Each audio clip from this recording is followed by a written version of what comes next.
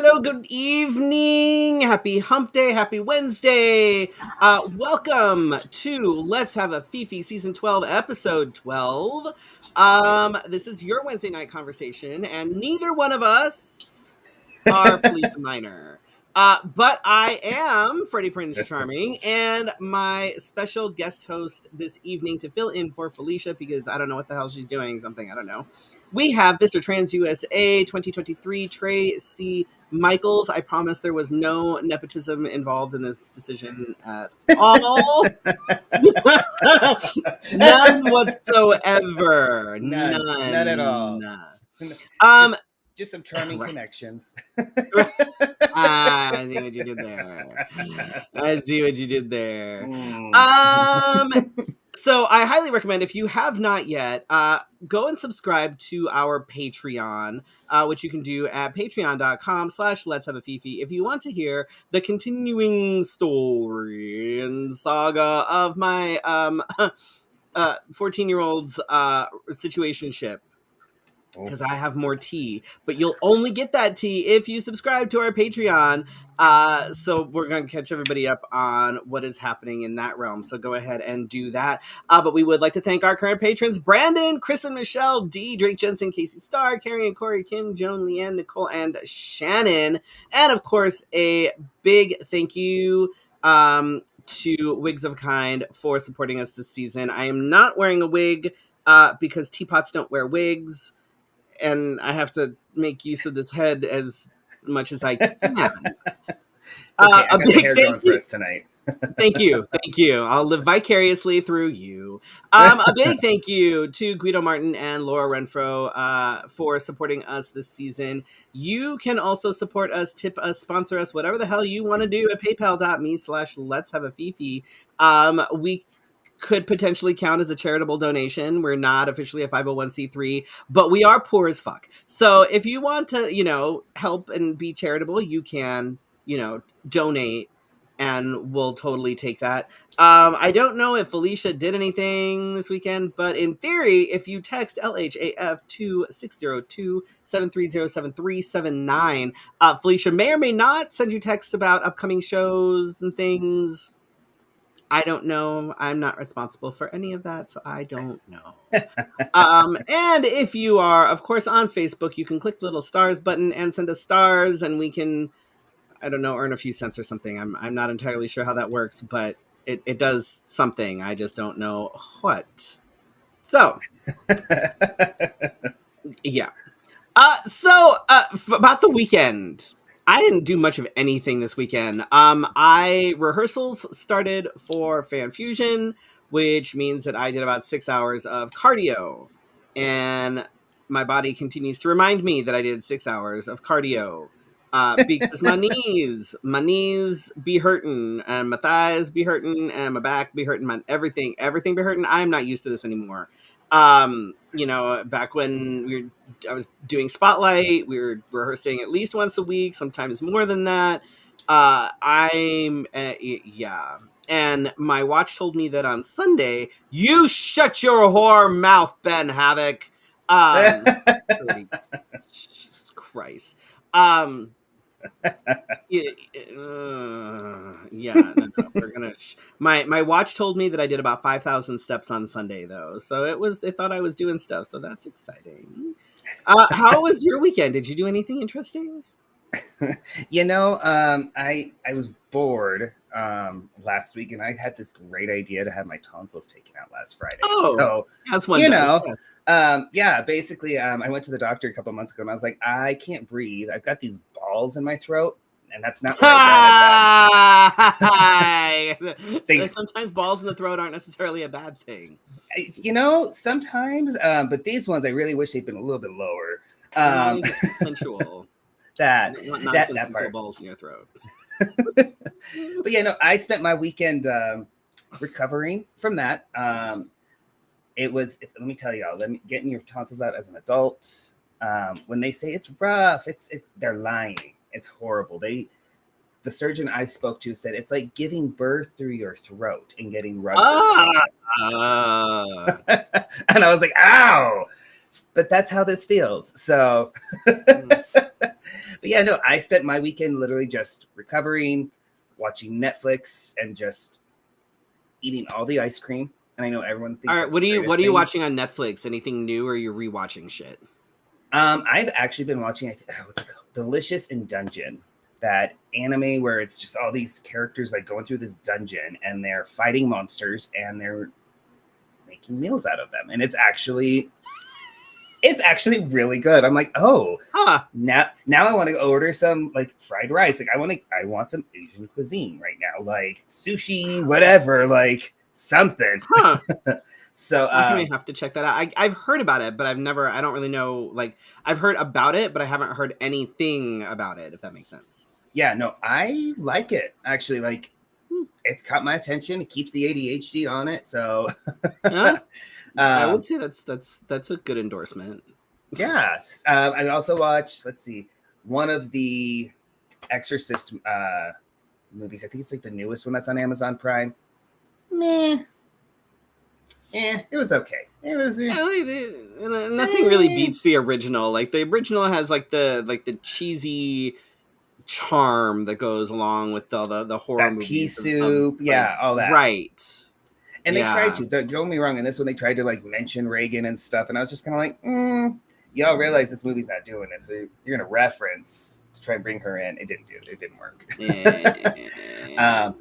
I did go see the movie Abigail because I was like, you know what, I'm feeling fine. Let's go to the movies and see. It was a fun movie. Young girl who's a vampire, you know, gets kidnapped, kills all her kidnappers except the one she made a pinky promise with. So, yeah, it, it was okay. It was okay. I was not scared. I was more annoyed than anything because I was like, it's cold in here, and all I can have is water. Can't even have popcorn. Oh, boo! No, God, no, that would be terrible. Yeah, yeah. See, Horrible. I'm almost 45 and I still have my tonsils. But the way things have been going, I feel like that's probably like next what's going to happen because this seems to be the year for like all the random shit. So I'm shaving my Yep. head because, lost my hair, got pink eye for the first time. So I feel like this is probably I feel like that's going to be happening at some point. I feel Listen, like my surgeon was. I went in and I was like, yeah, dude, I need these out. He's like, so like you've had like what, strep like once or twice? I was like, I had it 7 times last year. I had it 6 times the year before. I've had it twice this year. And he goes, oh my gosh, like what's going on? Like what happened to like in your life? And I was like, I got divorced. Life just kind of oh went. yeah, and now I have to wear glasses. Like I actually have to wear glasses now. Like so there's all these things that are like, yeah. Although No one prepared us for this. I feel like my partner probably needs to have hers out because she gets strep all the time. All the time. I am, as this doctor said, I am a carrier. I give it to myself. I don't even have to be around anyone. I can just give myself strep just to do it. It's a weird sort of circle jerk kind of thing. That's all I know is at this point, I am so hungry for real food. I've got a list of food that I'm ready to eat.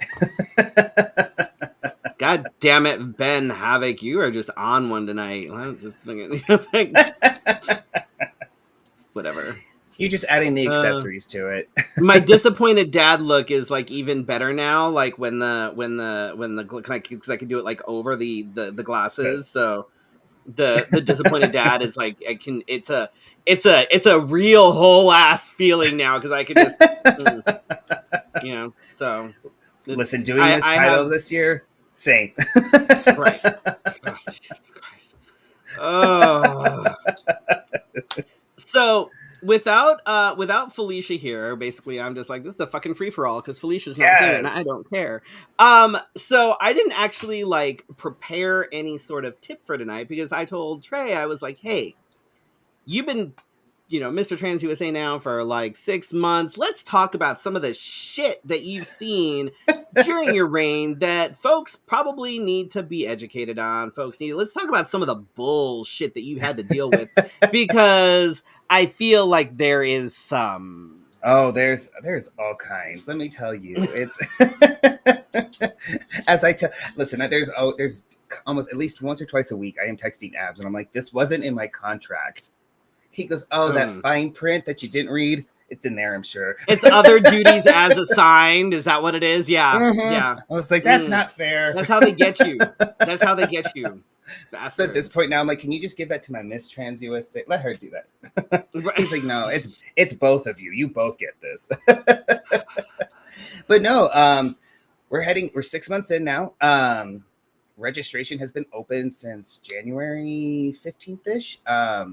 We are currently around 80 to 90 registered contestants, and that's across all 3 divisions. So for our mixed contestants, we're about, I think, 40-ish. And then between Mr. and Mix, it brings us up to about 40, 45-ish. So we're kind of hubbing around.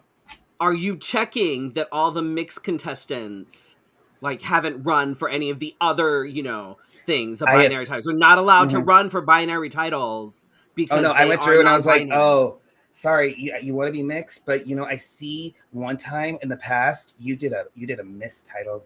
Nope, sorry. Oh, and you missed her? That's even a double note. Ooh, good, because we have to make sure that those gates are kept well. Must keep those gates. Except we don't know what the gate looks like or where it goes, but we're gonna keep them. Sounds like a hoarding problem. No, you definitely. Never know when you might need them.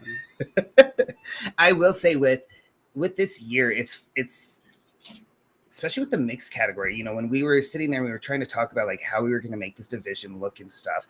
For Mr., it's pretty simple, right? The Mr. categories, this is what you're, is expected look wise. As far as outfits. For Miss, we know y'all are going to wear gowns. What is mixed going to do? And my biggest thing was I was like, we can't put like, oh, you have to wear a suit or you have to wear. My rule that I tell everyone is, I just want to make sure your stuff fits. Just make sure your stuff fits. I don't care what that is. Good patterns. You don't want to go out there in polka dots and stripes. Might clash a little bit. But if you want to, that's your choice. That's your choice. But the judges just may not get it. But honestly, I will say like this year, just with our mixed category and just really opening it up to them, the ideas and inspiration these people are like, they'll message me, here's what I'm thinking about for my state, or here's what I'm thinking about for swimwear. Swim category has been the biggest category that's making everyone nervous. And for you, I'm not gonna lie, like if I were competing, swimwear would make me nervous. Like if I were to compete right now, like with everything that I'm like, I don't know what kind of swimsuit I would want to be in that would make me feel like comfortable, sexy, and confident, because like I've got a dad bod. I'm not one of these 45-year-olds that are in the gym 7 days a week. Like that's not my jam. It's not going to happen. It's never going to happen. You do all your cardio in one day for the week instead of spreading it out. Yes, I do. At least for the next month or so. Yes, that's exactly for the next 30 days. 2 days. 2 days actually, Saturdays and Sundays. So yes, but yeah, no, I like that was like that's my like in thinking about like this particular pageant, the swimwear category. I always had questions about it because, as we know, when it comes to trans folks, not everybody is 23 and ripped. Not everybody has had top surgery in any form. Not everybody has had bottom surgery. Not everybody has had so it's like how and see, when the pageant first came around, and I remember reading that for like the Mr. category, like just a lot of the stuff they were having was as far as like rules of like what you could not wear. I was like, this is very restrictive. So last year when I got to compete, it was pretty chill, right? Misters, you have to have a swimsuit, basically can't show your butthole. So sorry if you want to show your butthole, can't show your butthole. Well, fuck, there goes that then. Never mind. There goes everything. I was going to compete. Now, you know what? You got to keep some of your butt cheeks covered. Not all of it, just enough. But the thing I noticed last year was for all of us misters, some of us had some cute little accessories, right? Like a cute little hat. I wore some simple black booty shorts. which don't get me wrong, I love my body. I love it, especially at the pool. It's great. Modeling around on stage like that with no shoes, just that, I was very uncomfortable, right? Like I didn't feel sexy. I felt super awkward because I was like, my body's not where I want it to be. Mm. The thing I noticed too was, a lot of us, Mr. Contestants, we're autistic and spicy brain. So we're sitting there just like the floor feels gross on our bare feet. I wouldn't want to be modeling in bare feet. Mhm. Fuck that. Like my feet aren't, I don't like being barefoot indoors. Like my feet, I have flatter feet and it's uncomfortable and I don't like it. And it's like, there's a reason I wear chanclas, like, right. But so the thing I had noticed too was I was like, okay, all of us guys, like, we're cute, whatever, but like, you could tell we all just weren't as confident. There was just that weird little, and then I had noticed, again, my I statement was that I looked at these girls and I was like, the girls are looking gorgeous, but they also get to wear their heels and their swimsuits are gorgeous as well, but they're embellished and all this stuff. And they've got jewelry and hair and makeup. And I get it, it's a pageant, but the way I understand, and you can't get in the, I can, but you can't. Right. So this year, as we were doing the mix thing, the thing I brought up to the admin team was, with our mixed contestants, we are going to have such a variation of presentation, right? They're non-binary. So right. What does a non-binary person wear? Trunks, a one piece, like, so the thing I have basically told them all was, I was like, I want to make this to where folks are comfortable, right? So what I've been telling all my contestants this year is, what would you wear if you were doing a photo shoot in Vegas poolside? Can't get in the pool, right? Because you're looking good, you're taking a photo shoot. Maybe afterwards you can put your feet in. But what do you want to wear? What's going to make you feel so sexy as fuck going out onto that, stage and modeling? When I tell you, the minute I put it that way to folks, all of a sudden it changes. I have had some of the most creative swimmer ideas sent to me. Just inside of a mermaid tail and an old band t-shirt and non-binaries would say it. Yeah, you're not wrong. Yes. But that mermaid tail has to have at least a little hole so you can kind of get your feet out, right, wobble around, shuffle across that stage. But no, I've had quite a few folks, once I kind of gave them that, I want you to feel, what would you wear? I had one guy message me. He's like, I'm thinking about doing a 1920s themed swimwear. That was what I see. Mm-hmm. I had mentioned that when we had Dylan on when last year.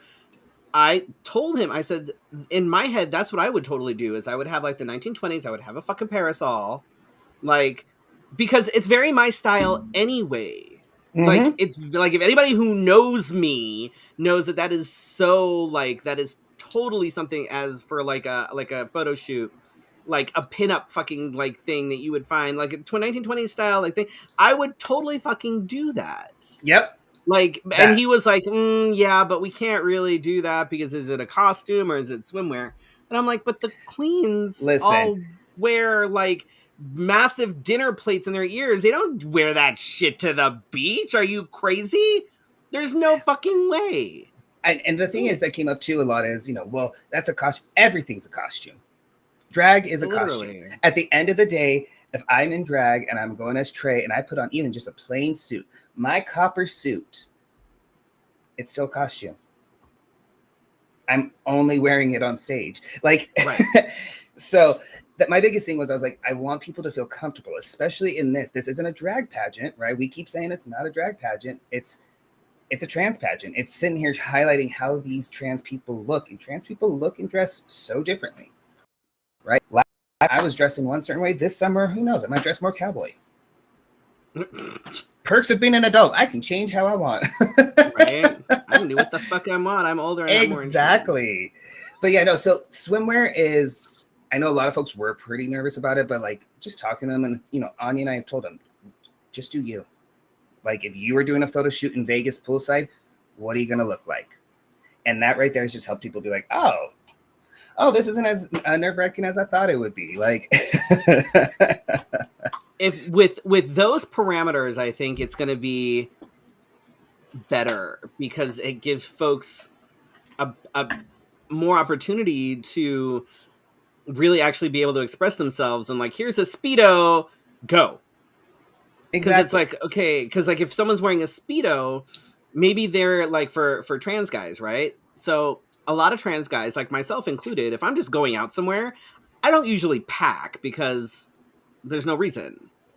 That part. But there are some times when I do. Like, I usually wear my STP to the Ren Fair just because it's easier.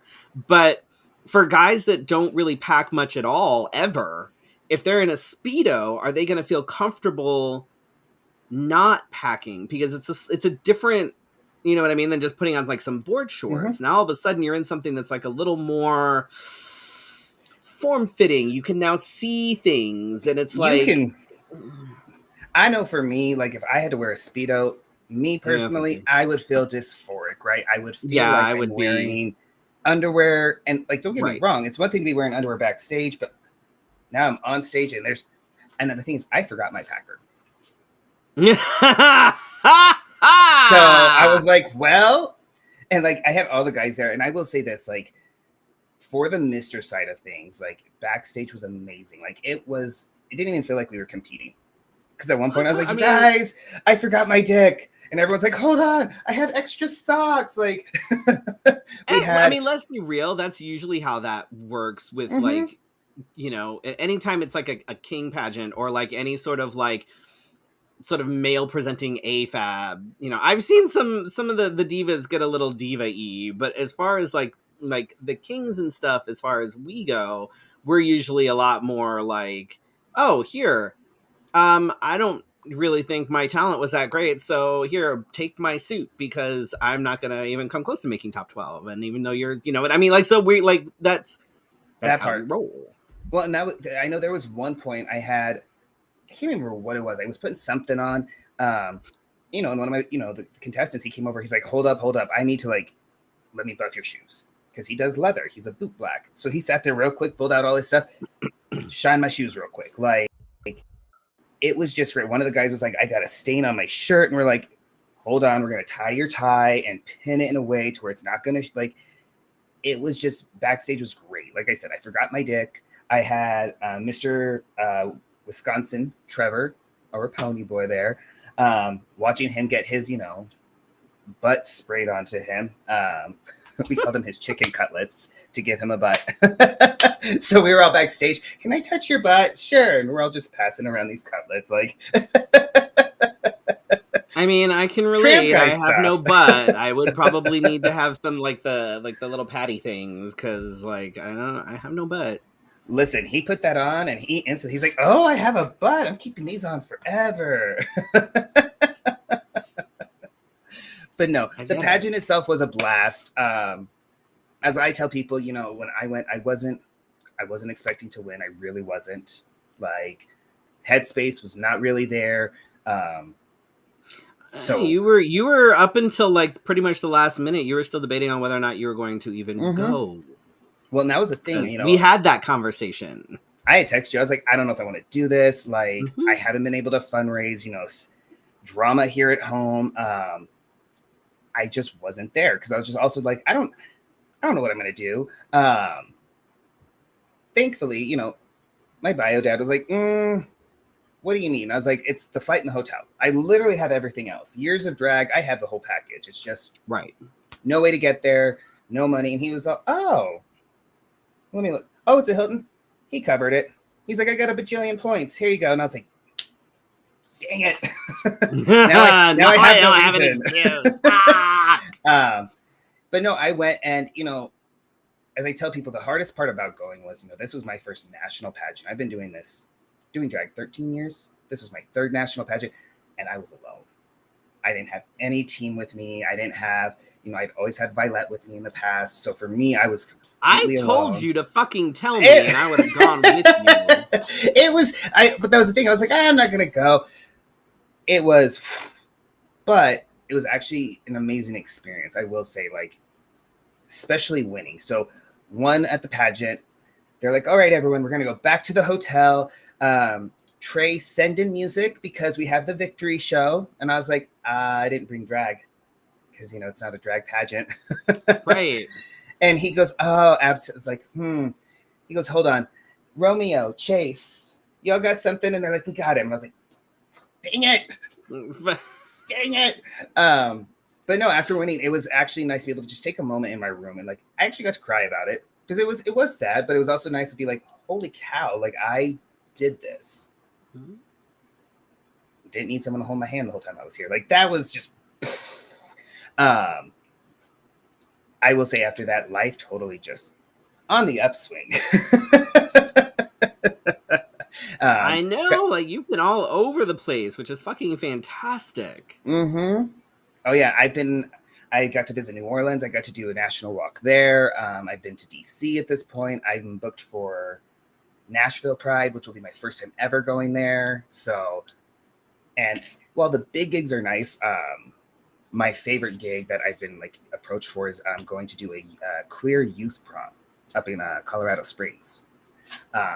Perform, basically be a chaperone and just hang out with a bunch of queer youth. Like, that's to me, awesome. I'm super excited about that one. That's awesome. Like, I love doing the all ages shit because that's like, it's about the visibility. It's about, you know, being able to, for like the youth and the kids to be like, no, we survive and we thrive and we're around and this is a thing. Like, no, that shit's important for sure. For sure. I tell the youth, listen, life is not easy, right? Being trans, it's when we say it gets better, I'm not saying you're going to grow up and life is phenomenal and everyone, no, people hate us, right? That's just the reality. We see it with all this legislation, but it does get better because you can find your community who's going to support you in being you. You're trans, that's great. If your identity switches like this, cool. Just keep me up to date. So I use the right pronouns. Right. That's all I ask. Especially working with the youth, let me tell you, that is the biggest thing I'm learning is our youth from like 13 to about, let's say like 22. So our youth, young adults, the way the identities switch, and it's not a bad thing, right? I've seen them be like, I'm trans femme, I'm trans masc, I'm non-binary, I'm a mix, I'm this, I'm that. I know one kid who identifies as a number. Doesn't make sense to me. I don't understand it, but you know what though? The smile on their face of, hey, 17, okay. I need you to pick up your trash. Okay. It works, right? So the thing I've learned is, the biggest thing I've learned is like, you know what? It doesn't hurt anyone if a kid's just exploring, right? Let them explore. It's like changing your hair color. It's when you start putting them down and, you know, no, you're not a number. That's ridiculous. That's when all of a sudden they get the attitude. Right. It's no one gets it. You know, it's like, you're right. Like, I don't fucking get it. But I don't. Whatever. I don't. But I'm gonna respect number, you. Go you. Like, okay. As long as you pick up your trash when you're done with it, I don't care what you like. Do you? But, I don't know. What has been like as far as interacting with people like sort of the outside world since winning your title? What has been like one of your like biggest challenges? Like, what is one of the things that you're like, oh my God, why are we still dealing with this? You're welcome. We have been, I think the biggest thing is, you know, we went through a phase, we had to go through a point where our sash maker, our original one, she got really sick, right as like registration was opening. Oof. So we had to start finding other sash makers, and it's difficult, right? Because everyone's already got all their orders in from all their other contestants. So right, that's been definitely the biggest. We call it Sashgate 2.0. I don't know where the 2.0. I don't even know what happened to 1.0, but we're on 2.0 now. But no, waiting on that one, that's been the frustrating part because it's like, you know, our contestants want their sashes. They want to represent. They want to be able to go out there and be like, look, here's who I am. And it's just frustrating to be like, I don't know. I can't tell you when your sash is going to be done. Like we had literally, I think our first day of registration, we had at least 50 people register. So I'm gonna throw this out there. Serotonin now has the ability to make sashes. I'm gonna hit up my sibling. I'm just gonna throw that out there. Yeah, because I was gonna throw that out there. I'm gonna talk to them. Have you found that like like when you're trying to like get sashes done, if you're reaching out to people, have you ever had anybody be like, I don't know, like I don't do the whole trans thing. As far as I know, no. So thankfully, from what I've heard, no one like Abs has been more in charge of this sash stuff. So it hasn't been anyone being like, oh, trans stuff. It's more of, oh, you need 80 sashes now. I mean, no. if you hit up Serotonin, you may have to wait until after Fan Fusion because she's got a lot of shit on her plate. But she does make sashes now. I'm just throwing that. Thankfully, we've got someone, but I'm gonna keep her in mind for next year because listen, I'm all about supporting our trans siblings. Like, I'd rather bring her in on it. Like, but no, that's been the sashes has been that one. You know, I was always told, you know, even as a contestant and other systems and stuff, always hearing the national title holders, people don't read the handbook. They don't read the handbook. And I'm like, no, that's not true. So I think my biggest frustration, you know, for anyone who knows me, right? The folks who know me, especially Phoenix folks and family, I just say what's on my mind. I try and filter it so it's somewhat nice, but I just say what's on my mind. So like,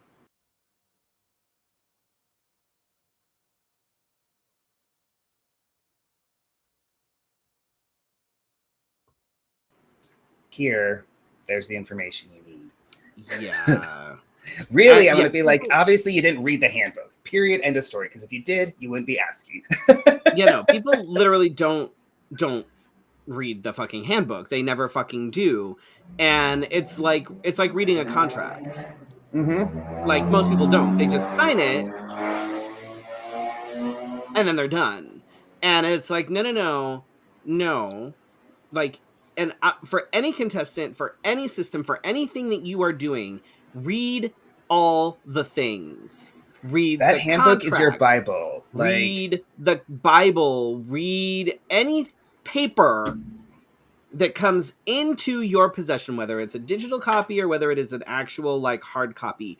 Read it, because there's information in there, number one, that you could probably not bother somebody about because the answer is in that handbook or in that contract or whatever. Because don't bother people if you have a stupid question, because they're gonna be like, well, you obviously didn't read the fucking handbook. So that part. Trust. Plus things like handbooks, contracts, stuff like that. Everything in there is designed to basically cover both parties' asses. So it's like it's going to give you guidelines, what you can and can't do, what is expected. Usually even depending, I mean, most handbooks will even have, you know, if you happen to win, these are going to be, these are the expectations. You know, so you can't be like, oh, I had no idea. Well, if you had no idea, that's on you. And I tell everyone, pageants, this is a job interview. At the end of the day, Mr. Trans, you would say, this is a job, right? Like, this is a full-time job. I find it interesting that people are like, it's not a job, it's just drag. Then you're not doing it right.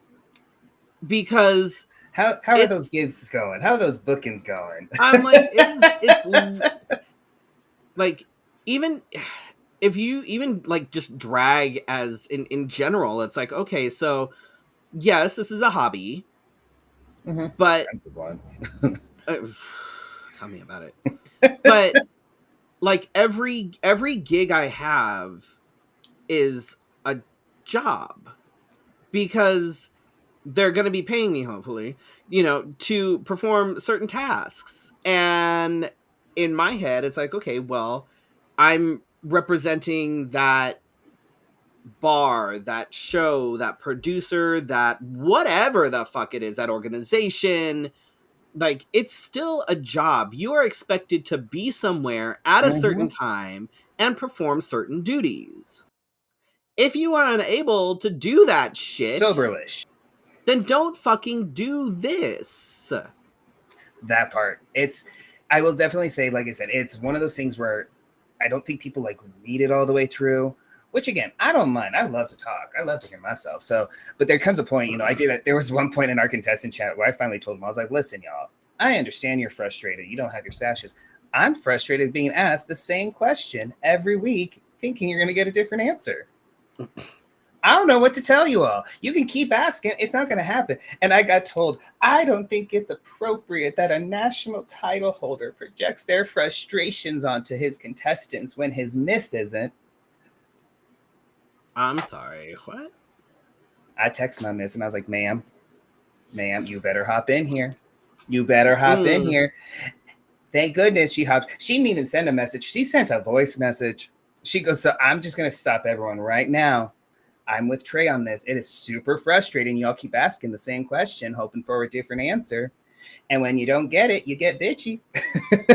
Like, if we could give you all the answers, we would. And it's one thing, like, so it took me almost a year and a half to get my former sash when I stepped down. It just takes time sometimes. And, like, I asked about it a couple of times.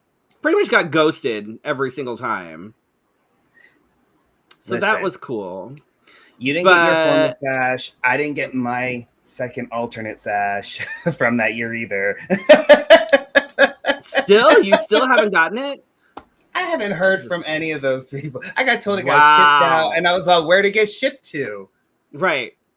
It's in the mail. It's like one of those girls selling the hair, they warn you about on, like, drag buyers beware or whatever the fuck it is. Those are my favorite to read, though, especially when it's a brand new queen when she's like, I knew better, but I still did it. Right. And I don't feel bad for you. Right. Good for you. What did you learn? Yeah. But no, I think the worst thing I would say about being a title holder is the amount of people who have an opinion on what they think a national title holder is or should be doing. And for most people, they think, oh, well, you should be doing stuff for free. No, I'm not going to do stuff for free. I do stuff for free. Don't get me wrong. Depending on who, my home bar, Sidewinders, I don't charge them my booking fee because that's my home bar, right? They take care of me. My God, can you imagine if I had actually tried to, like, charge people here my booking fee when I was a title holder? Nobody fucking here would have paid that. Listen, there's no fucking way. I won't lie. With my booking fee, there are some people that are like, I would love to book you. What's your booking fee? And I'm like, it's this. And they're all... I was like, yeah. This part has been, especially coming home, there was quite a few folks who, you know how your communities can be. They like to just talk shit. So it was, well, Trey may have done that, but it's not a real title. That's the only national title that's come back here as far as I know. But what do I know? Sorry, it's not a drag title. It's a national. It's an advocacy title though, which is I think a bigger deal. Well, that's why it's not a drag title, so it doesn't count. I don't see the rest of them doing it. I did have someone who, about beginning of March. We had talked about this. I work at Sidewinders. I'm a bouncer there. I love it. I get to hang out with my community. At the end of the night, I get to yell at all of them, get out, go home. You don't have to go home, but you can't stay here. Like, it's great. It's a way for me to yell without being like mean about it. But beginning of March, I was kicking some folks out, who were drunk. And when I say drunk, I don't mean like a little drunk. Like, one of them had grabbed a door and slammed it into another patron, right? So I was like, hey, y'all, it's time to go. You've had way too much. Just go home. You're done for the night. You can come back tomorrow.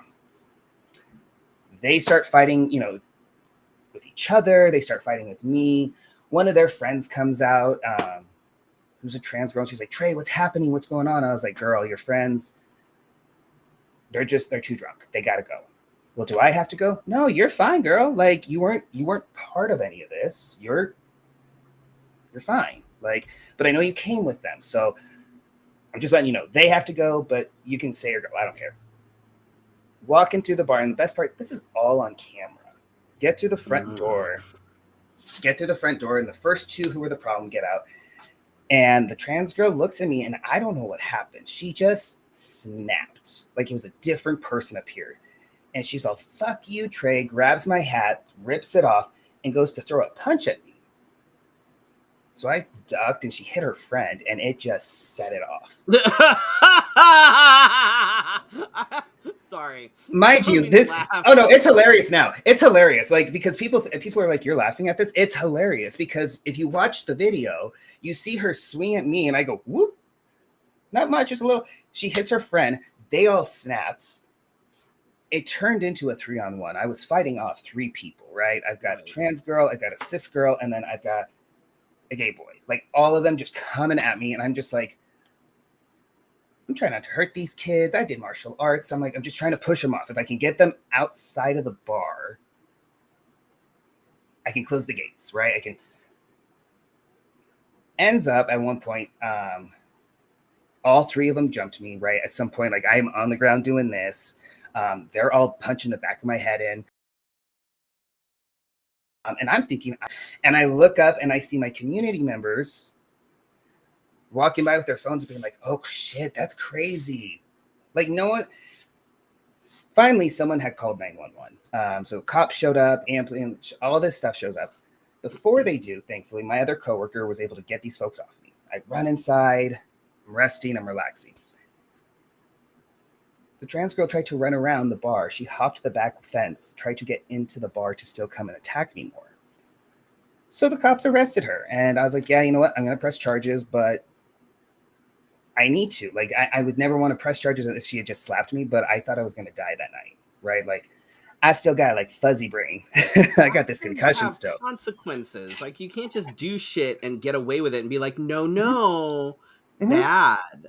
Like, so, you know, I had written a status about it, letting people know. And I had some people be like, oh, this was a hate crime. It was a targeted.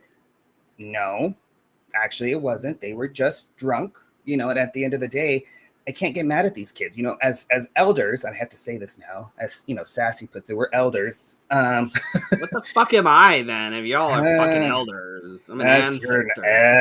Elder.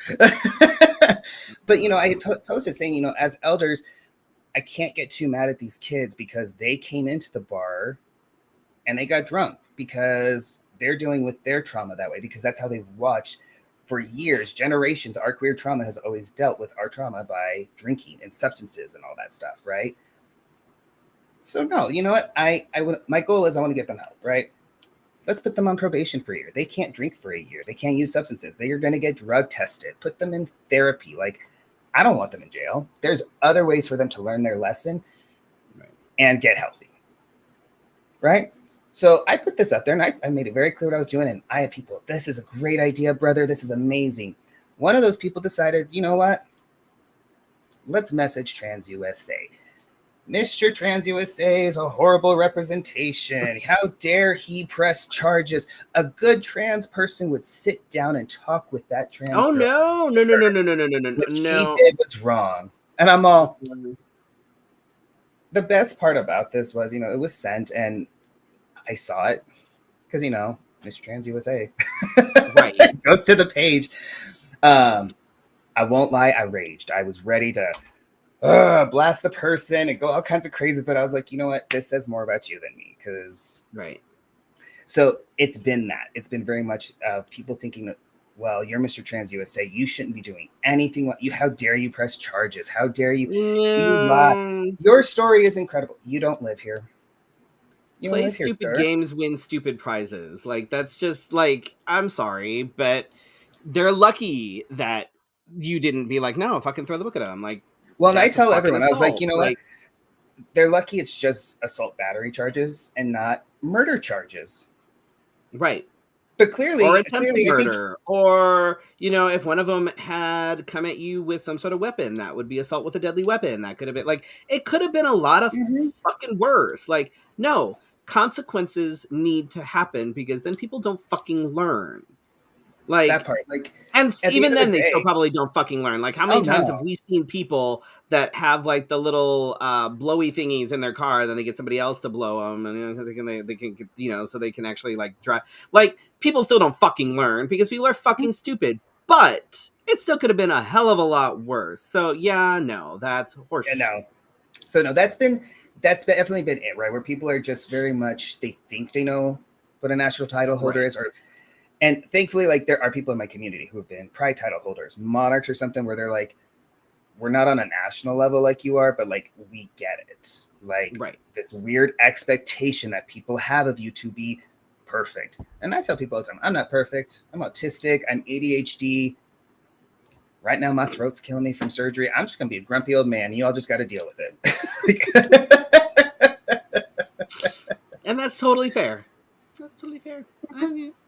But Speaking of grumpy old men, as far as current events and stuff go, President Biden signed a bill today that could lead to a nationwide TikTok ban.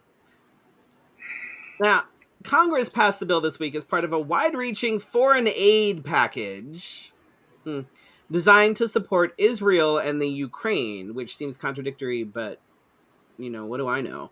So in the bill, TikTok's parent company has 270 days to sell the company. And what the hell does TikTok have to do with foreign aid? I wondered that myself, because I was like, what the fuck does that have to do with anything? So the sneaky ass Republicans, attached the TikTok shit to a foreign aid bill because we all love a bundle. So when the foreign aid bill got signed in, the TikTok shit got signed in as well. Yeah. Because that's a thing. And I really, really, really, really wish that this fucking foreign aid bill was not going to, like, support Israel and the Ukraine. The Ukraine, yes, fine. Israel, I'm a little skeptical on that one. In Arizona politics, so Carrie Lake, once proving again that she is batshit crazy, is now complaining that the Arizona abortion ban isn't being enforced, despite only having just said that she opposed the ban. But now she's mad that it's not being enforced, even though she said that she didn't like the ban. Why? Why does Arizona keep turning out the fucking crazies? Why? When it comes to, like, politicians. I don't understand this. Fucking cinema, Lake, like, we don't, why? they're trying to give Florida a run from their money, it seems like. At this point, it's like, when you hear something fucked up in the news, like, it used to be, it was a guarantee that it was either going to be, like, Florida or Texas. Yeah.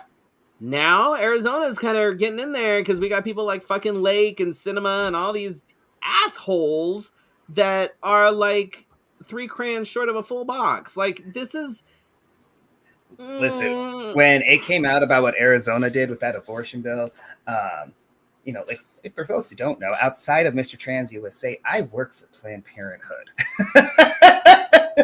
Right? Like, I work for Planned Parenthood of the Rocky Mountains here in New Mexico. I have worked in the abortion clinic. I've been in the room during an abortion, right?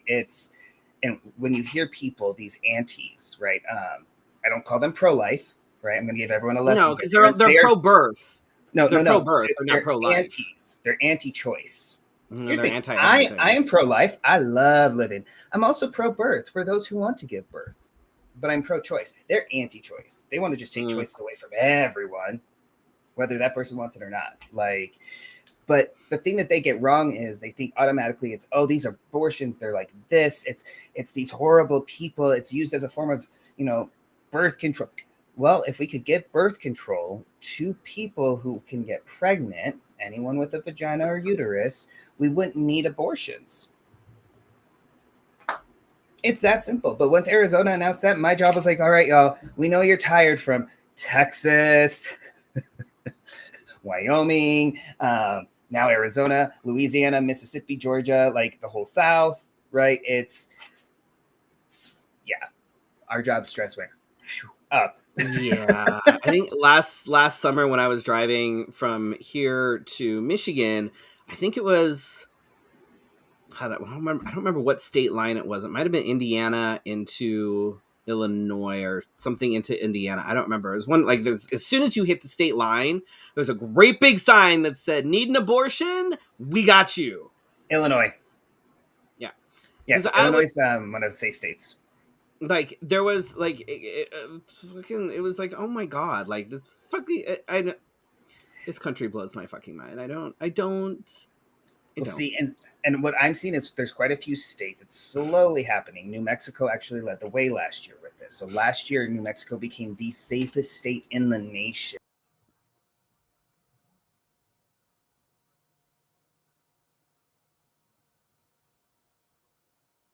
They were looking at federal level and watching everyone be, we're not sure if we're going to pass this. We don't know. And New Mexico said, hold my green chili. And basically, essentially passed that equality bill for New Mexico, right? So what's great now about New Mexico is if Carrie Lake's neighbor comes here to have an abortion, and Carrie Lake finds out about it and wants to press charges, the state of Arizona can come to New Mexico and say, we need this person's medical records to prove they had an abortion. And New Mexico is going to go. New Mexico also, insurance is here. They have to cover trans healthcare. To what extent, I don't know. But basically, like if Blue Cross Blue Shield said, we don't like trans people. We don't want to cover them anymore. Can't sell here then. So yeah, it started with New Mexico, and then all of a sudden you saw it with Illinois. And then I believe Minnesota was another one. I think New York became another safe state. Like you're seeing these states becoming safe states pop up. And speaking of that, Sacramento is now, they are officially a trans sanctuary city. Oh. Yeah. I hadn't heard that one yet. That is relatively new as of just a couple of days, I believe. But they are like officially now like a trans sanctuary city. So there's that. Several universities around the country have been holding pro-Palestine protests, which, of course, the Israeli defense minister is calling anti-Semitic. Now, here's the thing. Protesting mass genocide is not anti-Semitic. The protests are not anti-Jewish. They are not anti-Israeli people. They are anti-violence. They are anti-hypocrisy. They are anti-genocide. They're anti-Israeli government committing genocide. Right. Which is not anti-Semitic. It's not. At all. At all. At all. And just because they're pro-Palestine doesn't mean that they are anti-Semitic, anti-Jewish, anti-any of those things. And that's what I keep trying to tell people. It's like the Israeli government is not necessarily the Israeli people. There's a difference there. Like the American government is not a representation of what I believe in, right? Like. And unfortunately, you do have the people in the military on all sides that are like, well, I have my orders. I get that. Well, fine, but that argument didn't work very well for the Nazis after World War II, but whatever. Eventually, that shit's going to come bite you in the ass. But in related news, the UN has called for an independent investigation on 2 mass graves found at Gaza hospitals that were raided by Israeli troops this year. Just going to throw that out there. One grave had 324 bodies in it. Now, as a reminder, hospitals are entitled to special protections under humanitarian law, and the intentional killing of civilians, etc., is a war crime.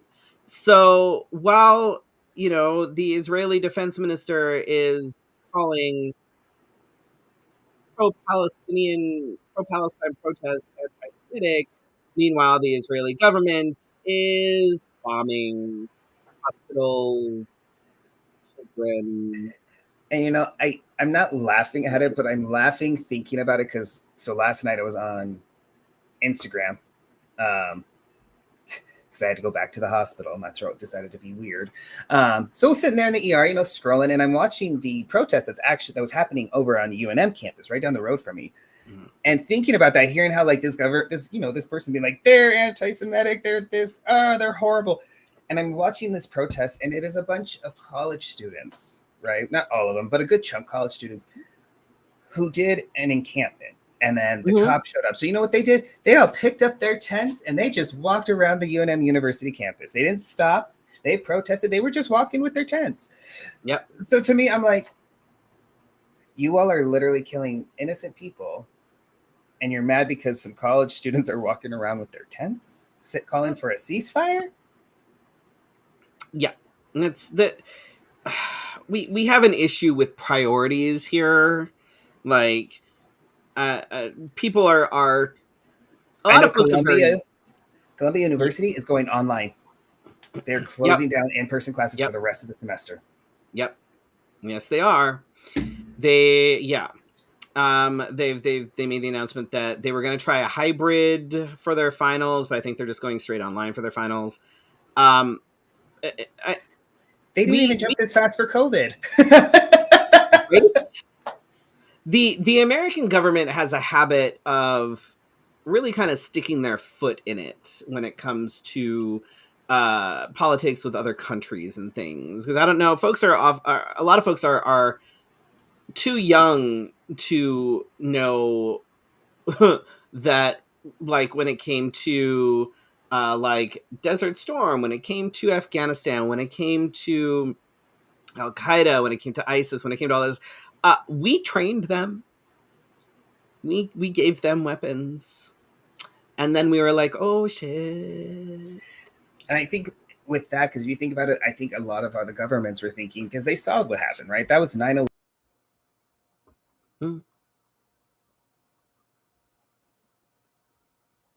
Groups, right, of 9/11, and they were hoping the same thing would happen this time around. But all of us grew up from 9/11, and we're like, no, we saw what you did. We saw you lie, and you're lying again. Yeah, it's when it comes to both sides, because, you know, for me, I grew up, I was very religious. I read the Bible, so like reading the history of Israel and the Jewish people, like, and how it's their promised land, and then now you're looking at it in today's politics. I just trying to talk to people about it. I'm like, listen, this is just what I know. You're wrong. I don't know. I'm just telling you what I was taught. Like, literally that right, fucking area of the world. Like, we've talked about it on the Fefe a couple times, because I'm a kind of a history nerd when it comes to it. But that specific part of the world has basically been in conflict for about 3,000 years. Literally.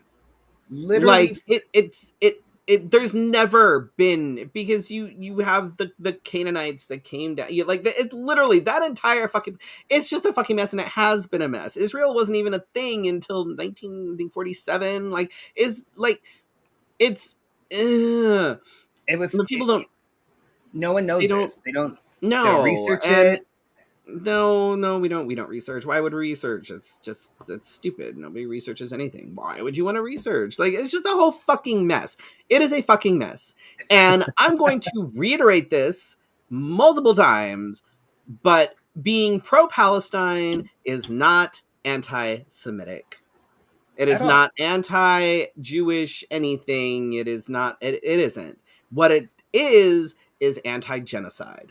Mm-hmm. In a nutshell, in the simplest fucking terms, that is what it means to be pro-Palestine. It means to be anti-mass genocide, which is what has been happening. I think, I don't know if it was last week or the week before, Felicia and I gave you some stats as far as, like, you know, death counts and things. And it's a matter of, like, I don't know, a couple thousand as far as Israelis. Up to, I think it's like 30,000 right now. So let's not. No, we're not gonna. But what gigs do you have coming up? Where are you traveling? Where are you going? What's happening for you in the next random fair? I mean, you can see it. Let's see. So I actually have a gig this Saturday. But thankfully, talking with a friend of mine, I'm actually kind of excited for this one. I'm going to be trying to do a Wile E. Coyote number with just signs. It's I'm ready for this. And then, you know, just some chill. I'm working on doing not ballads, but, you know, some like not so running around numbers, you know, where Chase just kind of chill. The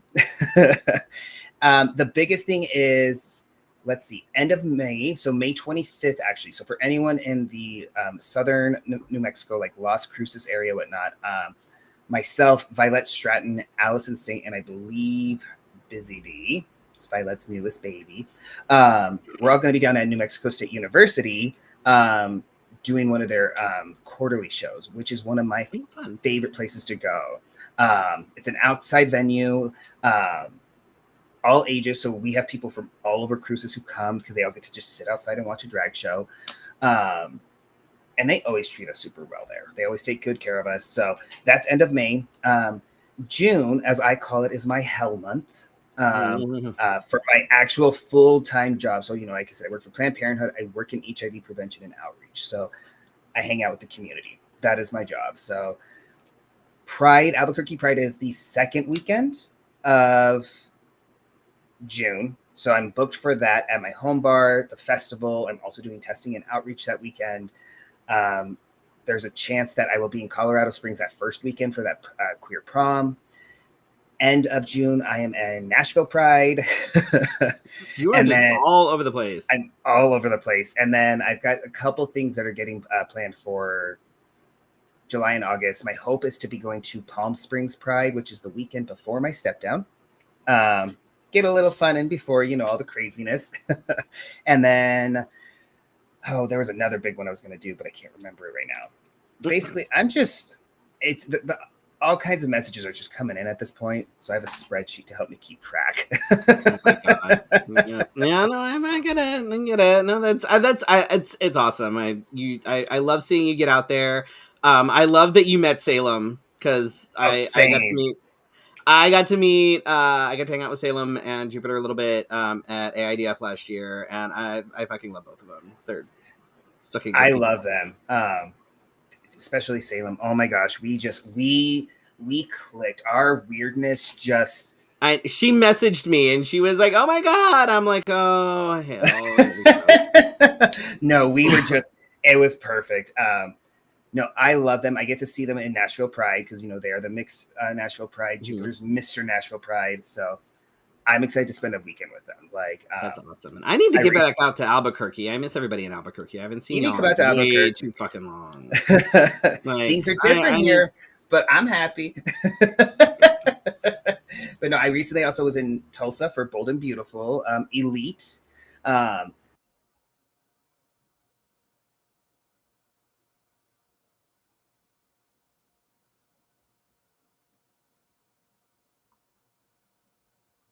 Oh no, you froze. Where did you go?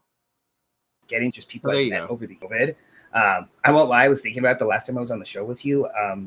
Was 2020 when I was supposed to go to nationals, when you were supposed to step down the first time. I didn't win that time, but I won this time. Seriously. What's your social so people can keep track of you and where you're going? If they're in the same area, they can go find you. So on Facebook, it's as my name there, Trey C. Michaels. And then on Instagram, it is Mr_TCM, and Mr. is MISTER. I feel like I need to start a petition to get you to change your last name just because the pun is just too fucking perfect. I've been telling Trey for years that he needs to just keep Charming as his last name, because then his name would be Trey Charming. It's fucking perfect. It's a fucking perfect pun. I'm gonna have to start a petition, like a change.org or something. Change.org, because it's I'm just saying. So make sure that everybody follows Trey on all the things, because he may be in your area at some point. So do the thing. What do I have coming up? So next Friday is May 3rd. I am in the Secret Garden show, which is going to be hosted by Carmen Side Me. There's some great entertainers going to be joining me. Rita Bain is going to be there. Rusty the Clown. It's going to be fun. It's at a new venue. It's a cute little space. But you won't know exactly where it is until you buy tickets. And there's only a handful left. So make sure that you get those tickets. It's on Carmen Side Me's Instagram. It's on my Instagram. I posted it on my Facebook. I'll be posting it again at some point, probably in the next day or so. So make sure that you get your tickets and do that, because that'll be super fun. May 18th, Felicia and I are hosting a drag bingo.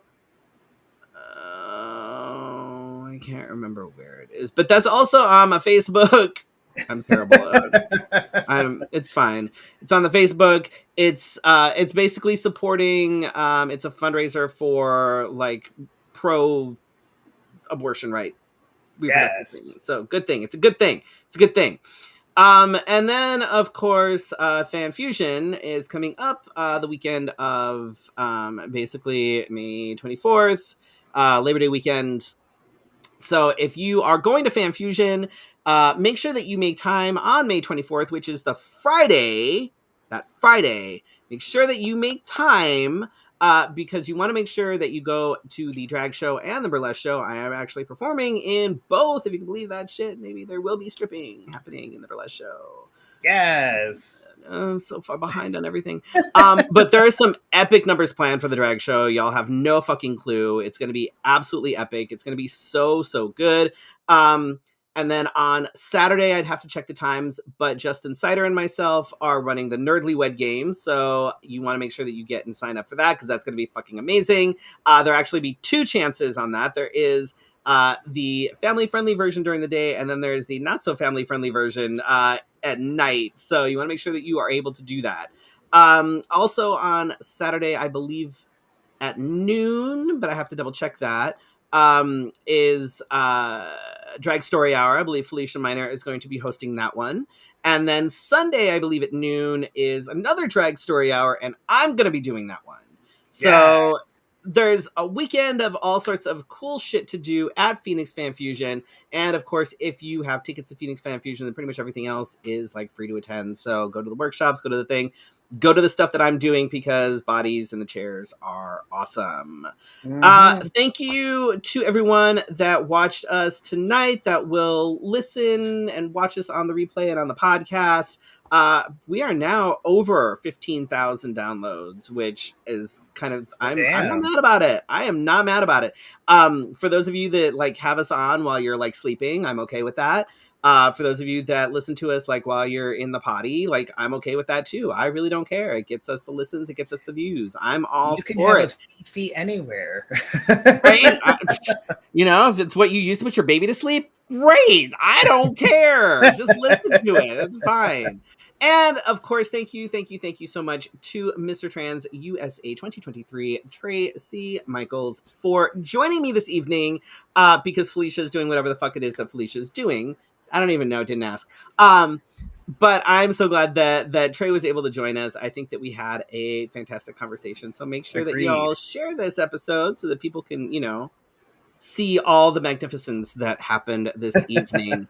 And of course, we will catch everyone next week on Let's Have a Fifi, your Wednesday night conversation. And until then, good night.